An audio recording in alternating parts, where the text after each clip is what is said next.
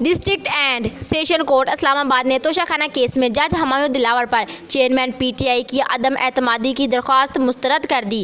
عدالت نے عدم اعتماد اور استثناء کی درخواست پر محفوظ فیصلہ سنا دیا۔ چیئرمین پی ٹی آئی کی آج کی حاضری سے استثناء کی درخواست منظور، جبکہ جج پر چیئرمین پی ٹی آئی کی عدم اعتماد کی درخواست مسترد کر لی۔ عدالت نے توشہ خانہ فوجداری کیس میں عدالت نے چیئرمین پی ٹی آئی کو 20 جولائی کو ذاتی حیثیت میں طلب کر لیا۔ عدالت نے دونوں گواہان بھی طلب کر کے کیس کی مزید سماعت 20 جولائی تک ملتوی کر دی۔ اس سے قبل دوران سماعت چیئرمین پی ٹی آئی کے وکیل بلسٹر گوہر نے جج کی مبینہ فیس بک پوسٹ عدالت میں دکھا دی۔ جج ہمایوں دلاور نے برہمی کا اظہار کیا، ریمارکس دیے کہ فیس بک اکاؤنٹ میرا ہے مگر پوسٹ میری نہیں۔ کیا ہی اچھا ہوتا کہ وکیل درخواست جوڈیشنل انکوائری کا بھی مطالبہ کر سکتے تھے، مگر انہوں نے بھی پی ٹی آئی کی طرح ٹرولنگ کی۔ وکیل چیئرمین پی ٹی آئی کا کہنا تھا کہ میں نے جب ان پوسٹس کو دیکھا تو بہت دکھ ہوا۔ جج نے استفسار کیا کہ آپ کو نہیں لگتا کہ اس کی جوڈیشنل انکوائری ہونی چاہیے؟ کیا آپ کو نہیں لگتا کہ ان پوسٹس کی فرینزنگ ضروری ہے؟ جج ہمایوں دلاور نے دوران سماعت اپنی فیس بک اکاؤنٹ ہونے کی تصدیق کر دی۔ جج ہمایوں دلاور نے کہا کہ فیس بک اکاؤنٹ میرا ہے مگر پوسٹ میری نہیں۔ آپ جوڈیشنل انکوائری کروا سکتے تھے، سپریم کورٹ جا سکتے تھے۔ جج ہمایوں دلاور کا کہنا تھا کہ پی ٹی آئی جیسے ٹرولنگ کرتی ویسے ہی گور علی خان نے بھی کی۔ اور ایک اور نوٹس جاری ہو گیا ہے، غیر شرعی نکاح کیس قابل سماعت قرار دے دیا گیا۔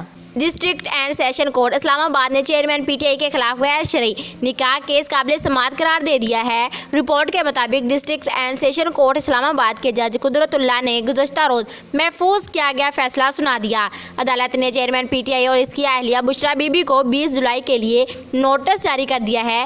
درخواست گزار نے موقف اپنایا ہے کہ چیئرمین پی ٹی آئی سے نکاح کے وقت بشریٰ بی بی کی عدت مکمل نہیں ہوئی تھی۔ چیئرمین پی ٹی آئی کا نکاح لاہور میں ہوا لیکن دونوں بنی گالہ میں رہ رہے تھے۔ دونوں نے پہلے نکاح کے بعد کافی وقت بنی گالہ میں گزارا۔ خیال رہے کہ نکاح خواہ مفتی محمد سعید نے نکاح سے متعلق بیان 18 جولائی سن 2023 کو دیا تھا۔ اپنے بیان میں مفتی سعید نے کہا تھا کہ جنوری سن 2018 میں لاہور ڈیفنس میں چیئرمین پی ٹی آئی اور بشریٰ بی بی کا نکاح پڑھایا اوان چودھری اور زلفی بخاری بطور 2 گواہ خان نکاح کی تقریب میں شریک ہوئے۔ مفتی سعید نے بیان میں کہا کہ انہوں نے نکاح سے قبل دریافت کیا کہ بشریٰ بی بی شرعی طور پر نکاح کے قابل ہیں یا نہیں۔ بشریٰ بی بی کے ہمراہ موجود خواتین کا جواب ملنے کے بعد ان کا نکاح چیئرمین پی ٹی آئی سے پڑھایا۔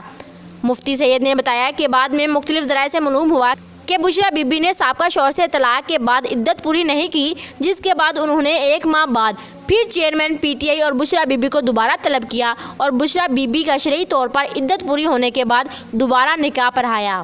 اور ساتھ ہی آپ کو بتاتی چلوں کہ ایف آئی اے کو سائفر کے معاملے پر تحقیقات کی اجازت۔ لاہور ہائی کورٹ نے چیئرمین پی ٹی آئی کے خلاف سائفر معاملے پر ایف آئی اے کی تحقیقات پر جاری حکم امتناع واپس لے لیا ہے۔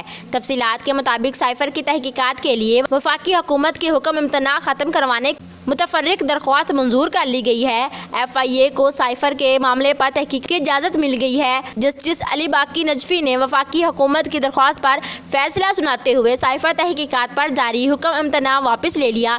کیا رہے کہ چیئرمین پی ٹی آئی نے امریکہ میں پاکستانی سفیر کے سائفر کو بنا کر ہی اپنی حکومت کے خلاف سازش کا بیانیہ بنایا تھا۔